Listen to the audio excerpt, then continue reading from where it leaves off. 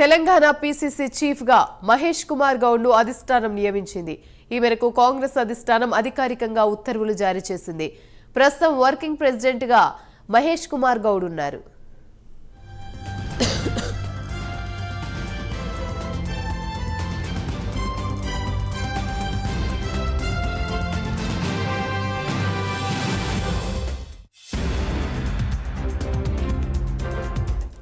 Right, ఇక ఇదే అంశానికి సంబంధించి మరిన్ని వివరాలు మా ప్రతినిధి నాగేంద్ర అందిస్తారు. నాగేంద్ర, చెప్పండి, తెలంగాణ పీసీసీ చీఫ్ గా మహేష్ కుమార్ గౌడ్ ను అధిష్టానం అయితే నియమించింది. దీనికి సంబంధించి పూర్తి అప్డేట్స్ ఏంటి? Thank you Yamini. గత కొద్ది కాలంగా పీసీసీ అధ్యక్షుడు ఎవరన్న దానిపైన ఉత్కంఠ నెలకొంది. ఆ ఉత్కంఠకి తెరదించుతూ కూడా కొద్దిసేపటి క్రితమే అధిష్టానం పీసీసీ వర్కింగ్ ప్రెసిడెంట్గా ఉన్నటువంటి మహేష్ కుమార్ గౌడ్ని ప్రస్తుతం పీసీసీ చీఫ్గా ప్రకటించడం జరిగింది.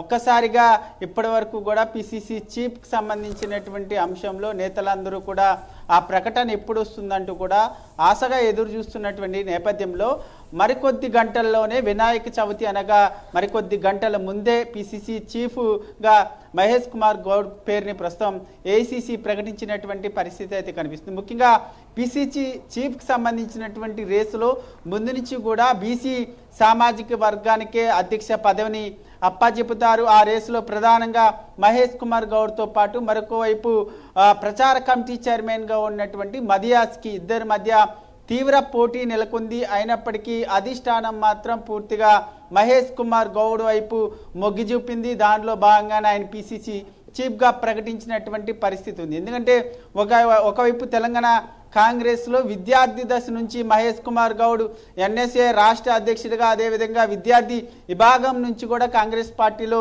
పనిచేస్తూ వస్తున్నారు. ప్రస్తుతం పీసీసీ వర్కింగ్ ప్రెసిడెంట్గా కూడా ఆయన పనిచేస్తున్నటువంటి పరిస్థితి ఉంది. దాంతోపాటు మరొకవైపు పార్టీ ఇన్ఛార్జ్గా ముఖ్యంగా ప్రతిపక్షంలో ఉన్నటువంటి సమయంలో, కాంగ్రెస్ ప్రతిపక్షంలో ఉన్నటువంటి సమయంలో నేతల మధ్య వచ్చినటువంటి విభేదాల మధ్య ఆయన అందరినీ సఖ్యతగా కలుపుకొని ముందుకు తీసుకెళ్ళడం, ఎవరైనా సరే పార్టీ పైన అదేవిధంగా పార్టీలో ఉన్నటువంటి నేతల మధ్య విమర్శలు చేసినప్పుడు ప్రధానంగా వారందరినీ కూడా ఒకే తాటిపైకి తీసుకొచ్చే విధంగా ఆయన సయోధ్య చేయడంతో పాటు మరొకవైపు ఇప్పటి సీఎం రేవంత్ రెడ్డికి ప్రస్తుతం అత్యంత సన్నిహితుడిగా ఉన్నటువంటి వ్యక్తి ప్రస్తుతం మహేష్ కుమార్ గౌడ్. వివాదారహితుడిగా ఉన్నటువంటి మహేష్ కుమార్ గౌడ్ వైపే ప్రస్తుతం అధిష్టానం ఉంది కాబట్టి ఆయన్ని పీసీసీ చీఫ్గా ప్రకటించినటువంటి పరిస్థితి ఉంది.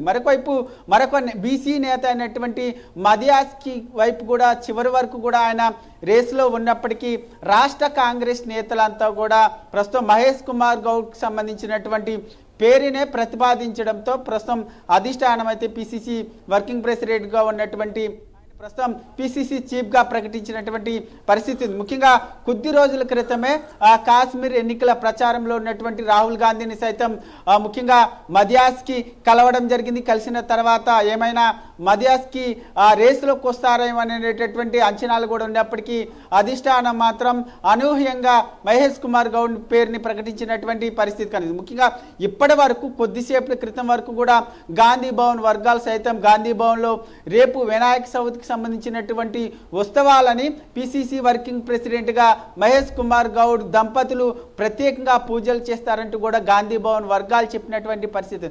కానీ రేపు పీసీసీ ప్రెసిడెంట్ హోదాలో ఆయన ప్రస్తుతం రేపు జరిగేటటువంటి గాంధీ భవన్లో జరిగేటటువంటి ప్రత్యేక పూజల్లో ఆయన పాల్గొనబోతున్నారు. ముఖ్యంగా గాంధీ భవన్కు సంబంధించినటువంటి వర్గాలు కానీ మరొకవైపు కాంగ్రెస్ వర్గాలంతా కూడా ఆనందం వ్యక్తం చేస్తున్నటువంటి పరిస్థితి ఉంది. ఎందుకంటే వివాదరహితుడైనటువంటి మహేష్ కుమార్ గౌడ్కి పట్టం కట్టడం పైన వారంతా కూడా సంతోషం వ్యక్తం చేస్తున్నటువంటి పరిస్థితి కనిపిస్తుంది. ప్రస్తుతం అయితే పీసీసీ అధ్యక్షుడి పేరుని ప్రకటించినప్పటికీ ఆయనకి సంబంధించినటువంటి టీం, ముఖ్యంగా ఆ టీం అనేది చాలా కీలకం. ముఖ్యంగా ఆ టీంలో పీసీసీ వర్కింగ్ ప్రెసిడెంట్లు ఉంటారు, అదేవిధంగా ప్రచార కమిటీ చైర్మన్ కూడా ఉంటారు.